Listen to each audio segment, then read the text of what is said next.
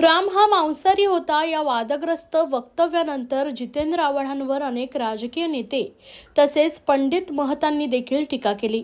राष्ट्रवादी अजितदादा गटांच्या युवक काँग्रेस कार्यकर्त्यांनी देखील आव्हाडांच्या घराजवळ जात जय श्रीरामच्या घोषणा देत निषेध नोंदवला। आज सकाळपासूनच जितेंद्र आव्हाड यांच्या वक्तव्याचा निषेध म्हणून ठाण्यात आंदोलनही करण्यात आली। ठाण्यातील भाजप महिला मोर्चा अध्यक्षा मृणाल पेंडसे यांच्या नेतृत्वात महिलांसोबत आव्हाडांच्या घराबाहेर मोठ्या प्रमाणात घोषणाबाजी करण्यात आली।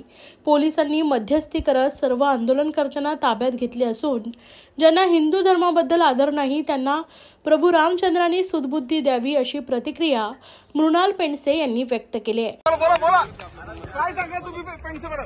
हे जे सर्वज्ञानी जितेंद्र आव्हाड आहेत ते नेहमी मूर्खासारखी बडबड करत असतात। कालही त्यांनी एक वक्तव्य केलं प्रभू श्री रामचंद्रांबद्दल आणि ज्यांना हिंदू धर्माचा अभिमान नाहीये तर त्यासाठी श्रीरामाने त्याला सद्बुद्धी द्यावी, त्यासाठी त्याचा निषेध म्हणून आज आम्ही इकडे निषेध करतोय आणि त्यांना आम्ही गुलाबाची फुलं द्यायला आलोय तर पोलिसांनी आम्हाला अडवलंय। जितेंद्र आव्हाड हा